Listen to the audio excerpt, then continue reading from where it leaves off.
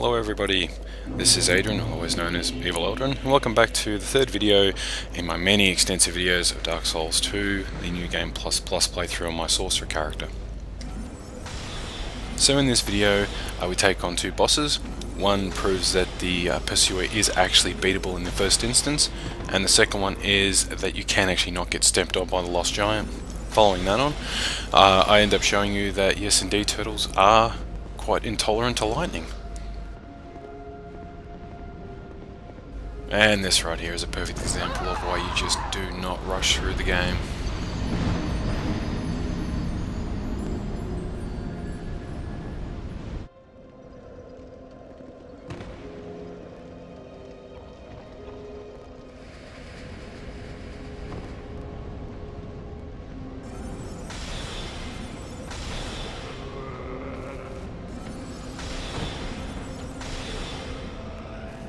Below are the fire basilisks. I'll actually come back later on and kill those guys for you, and also collect all the items that are down there. There's a nice hawk ring for the rangers, a whole bunch of souls, and an unbelievably great looking shield, which I believe was won from an art contest while the game was in development.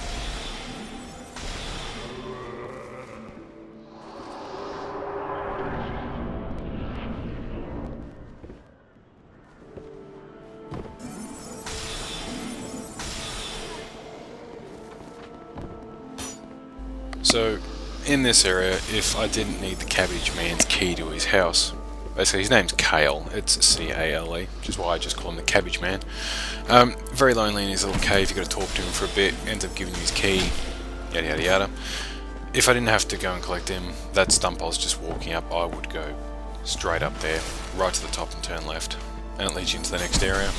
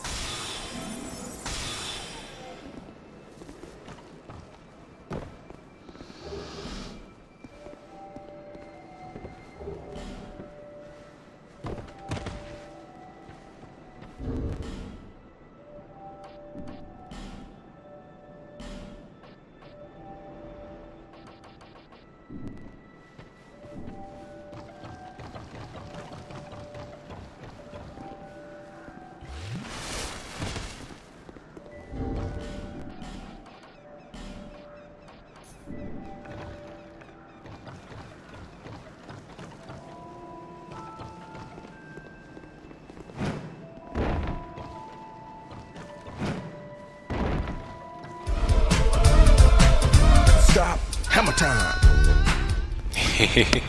Sorry, I couldn't help myself on that one. But do watch out for that boulder. It has actually taken me, I will admit, more than once. But up here and to the left, you'll end up finding some with a dusk herb. So back and to the left here is the Cabbage Man himself, Kale. Exhaust his dialogue, get the key to his house, and we will actually be going in there in the next video.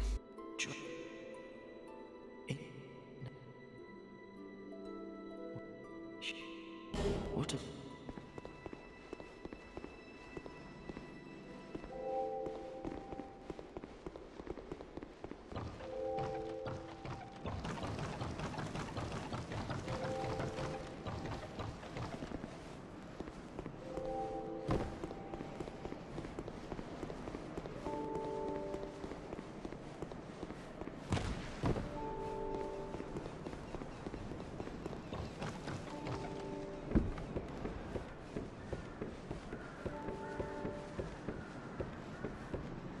So I just thought I'd show you the throwing knives. At 130 to 160 damage, they are quite overpowered in your standard game. Obviously, they're not doing much right now, which is pretty obvious why. So I would definitely invest in those. They can come in handy quite a lot throughout the standard games.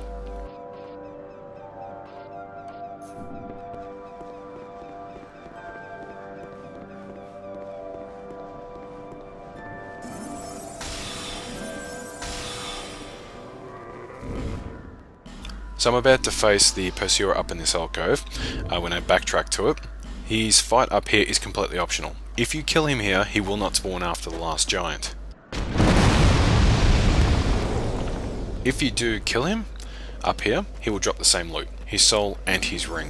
If you don't kill him and you end up dying, he won't spawn back up here, you'll fight him after the last giant. The fight for the Pursuer is actually quite easy. It's all about timing. So regardless of whether you're melee or you're ranged, what you want to do is every time he takes a swing at you, you dodge right. There's a 2 and a 3 hit combo you don't actually see here, and in that instance, you just dodge twice, you dodge 3 times. The main attack you really want to watch out for is when his sword turns blue. It will curse you, kill you, and I have been de-leveled by it, so watch out for that. So out of respect to all the Demon Souls bosses, I'm going to be playing their music over the fights.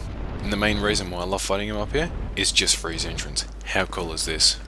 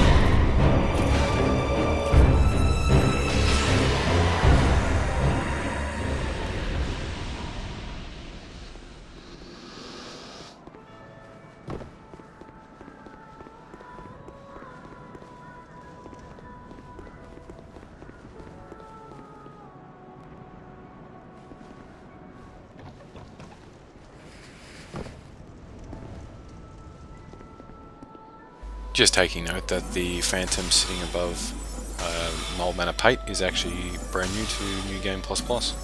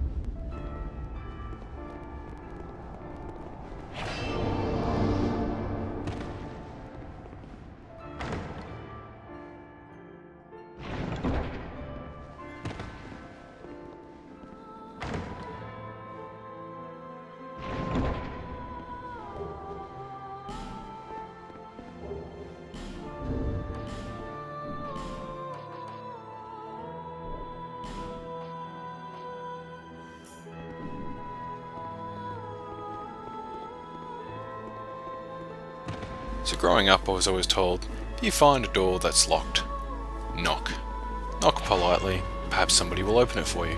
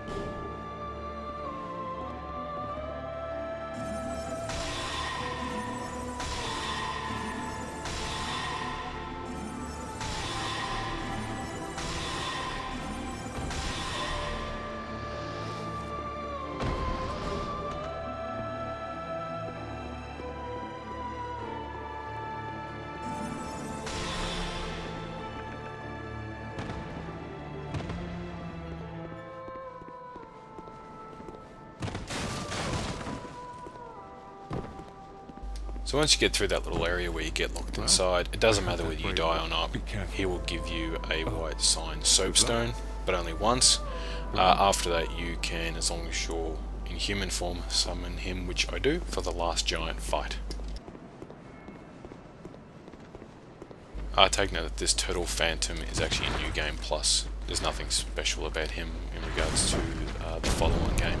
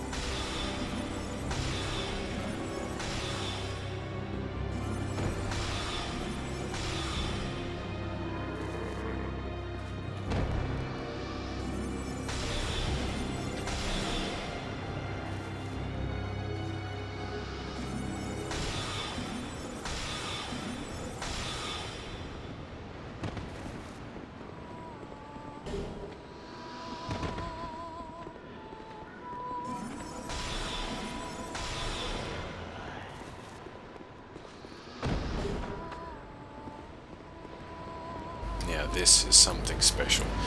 I know I said I wouldn't go into scenery and that, but this deserves a look at. Just take it in.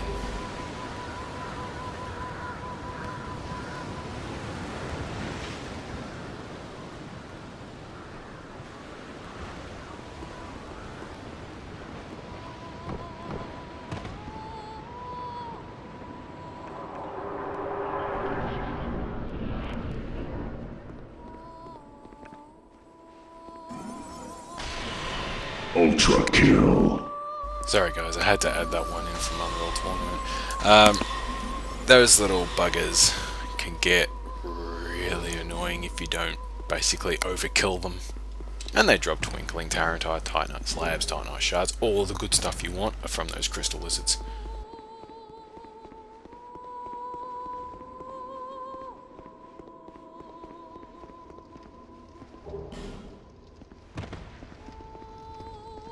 So by opening this gate, I'm opening a shortcut. I'll be heading back to the bonfire, so you'll be able to see how this connects up.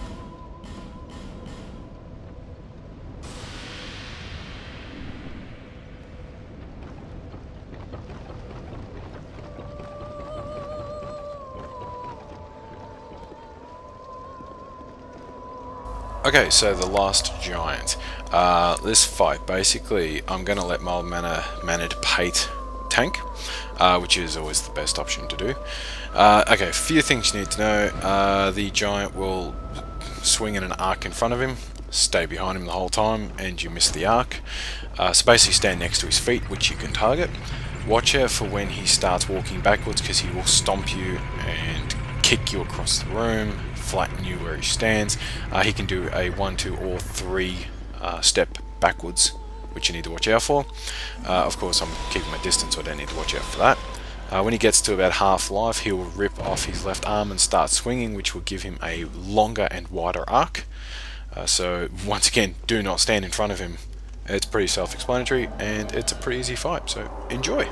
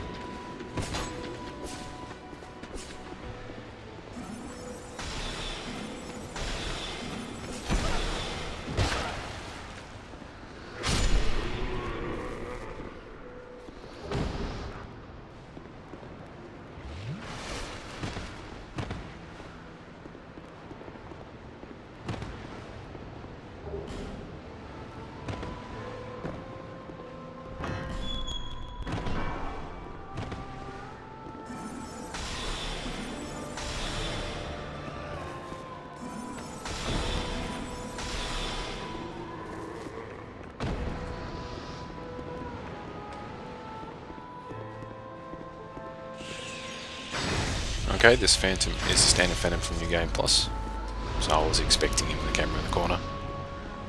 Now, after playing the game twice through, at the very end of the game, not giving too much away unless you've seen it before, you go into some of the memories. Some memories of your Phantoms that you end up summoning, who are obviously NPCs in the game. This area up here, I hadn't realised what it was until just now, which is why I started looking around. And it is actually where you fight the very final giant just before you fight the last boss, you need to fight a big giant in this area, exactly where I was standing when I first looked around. And yeah, I was actually just stunned at the fact that I hadn't realised where it was, and just how incredible it looks after all the years that even the stone has decayed around.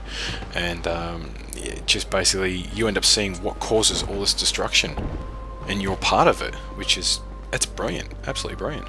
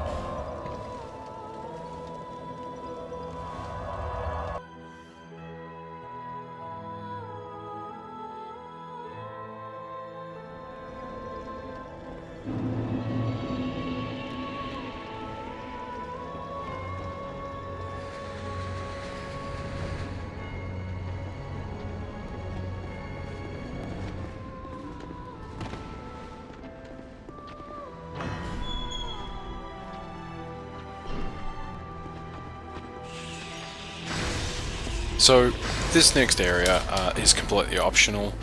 You don't obviously have to do it. Using the soldier's key, which is when you end up finishing the area, which I believe you may get from the last giant. You go into this little area here, and this is where the turtles begin to die.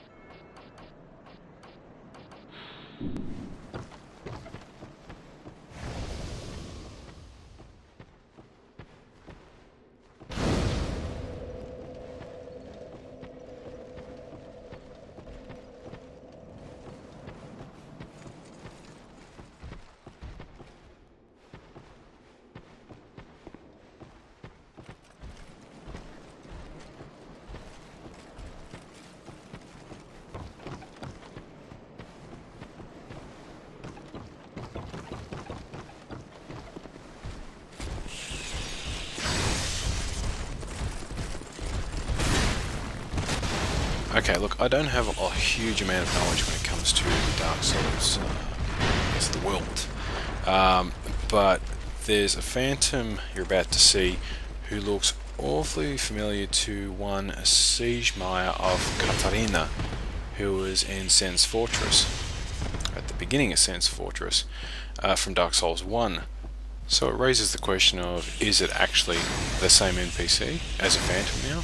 Or is it just someone wearing the same armor and is completely unrelated to it?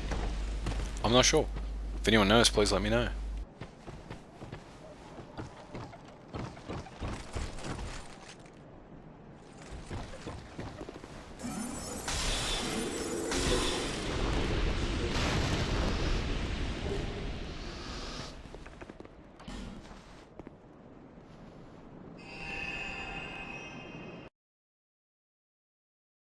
Well, thank you for watching. I hope you enjoyed it. The next episode will consist of me running through the Los Bastilles up until the Ruined Sentinels, killing them, of course, and in the meantime going through Majula and killing the 3 little pigs, killing the incredibly powerful skeletons in Kale's basement, and yeah, just running through and seeing how things go.